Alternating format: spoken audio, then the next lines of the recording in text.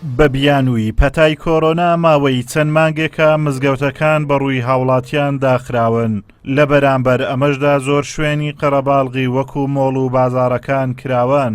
ئەم جیاکاریەش لە داخران و کردنەوەی شوێنەکان وای کردووە هاوڵاتیان متمانەیان بە حکوومەت نەبێت. مامۆستایانی ئاینیش دەڵێن ناکرێت داخرانی مزگەوتەکان بەم شێوەیە بمێنێتەوە و پێویستە حکوومەت بە بڕیارەکانیدا بچێتەوە و مزگەوتەکان بکاتەوە. خۆ مزگەوتەکان لە شوێنەکانی تر مەترسیدارتر نین. بەداخەوە کەمتر حکوومەت بە ئیزابی و سلبی بە ئەرێ و نەرێ دیڕاسەی دەرهاوێشتەکان ناکات بەداخستنیان بەکردنەوە و هەروەک باسمان کرد خەڵک بەشەشیان زۆربیان لە نیەتی حکوومەتی بەگومان ئەگەرنا حکوومەت شوێنێکدا ئاخا لە هەر شوێنێک خەڵک متمانەی پێ هەبی بۆ بەرژۆندی خەڵکیە و من پێم باشە مزگەوتەکان بکرێنەوە بەڵام بە ڕێنمایی خۆی. بازار دەبینین شەقەی دێ هۆڵەکان مۆڵەکان عەفەن شقەیان دێ لە قەڵەباڵغی مزگەوت بۆ چارێکێک 20 دقە بۆ 10 کەس 15 کەس یعنی ئەگەر وا بڕوان من قناعەتم وایە خەڵک دڵی سار دەبێت لەسەر جومعە و جەماعەت لەوانەیە مزگەوتەکان ئەگەر بشکرێنەوە خەڵک پابەند نەبی لە هاتنی جومعە و جەماعەت. بۆیە داوا لە حکومەتی هەرێمی کوردستانەکەین داوا لە وەزارەتی ئەوقافەکەین چاوێک بەوە دابەخشێنیتەوە هەر نەبێ نوێژەکان جمعە و جەماعەت بکرێتن بۆ ئەوەی کەوا خەڵک چیدی کە دڵی بریندار نەبێ.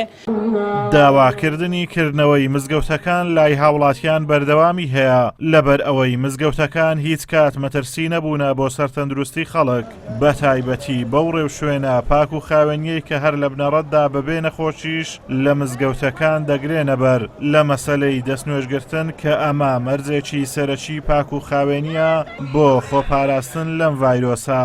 هەر لە بنەڕەتدا لە ئەهلی مزگەوت هەیە ئەم ڕێنماییە.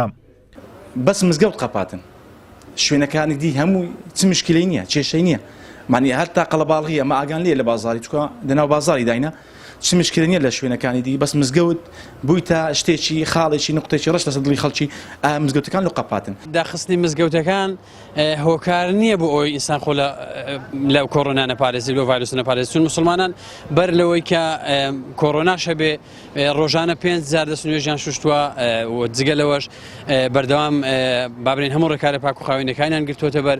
مزگەوتەکان نابی لەگەر کافتریا ئەو شتوانە بخوێندرێنەوە لەبەرەوەی مزگەوتەکان سەرچاوەی ئیمانن جێگای پاک و خاوێنینە داوام لە حکوومەتی هەرێمی کوردستانە مزگەوتەکان بکرێنەوە وەکو هاوشێوەی بازاڕەکان. بەهۆی کردنەوەی مزگەوتی گەرەکی زۆزک لە بەرگوان و ئەنجامدانی نوێژی بە کۆمەڵ لەلایەن مامۆستای ئاینی گەڕاک ئاسایشی سۆران دەچێتە سەر مزگەوتەکە و ئەیان هەوێت مامۆستای ئاینی لەگەڵ خۆی بەرن. بەڵام بەو هۆیەوە خەڵکی گەڕک خۆپیشاندان دەکەن ڕێگەنادەن مامۆستایەکە دەستگیر بکرێت.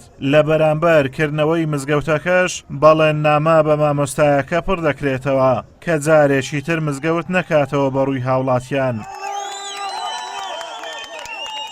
پەتایەک کە کۆتایی هاتنی دیار نەبێت و بازرگانی بۆ نەوەستێت و بازاڕەکانیش جمەیان بێت کارێکی نەگونجاوە تەنها مزگەوت بە بیانووی کۆڕۆنا داخراو بێت.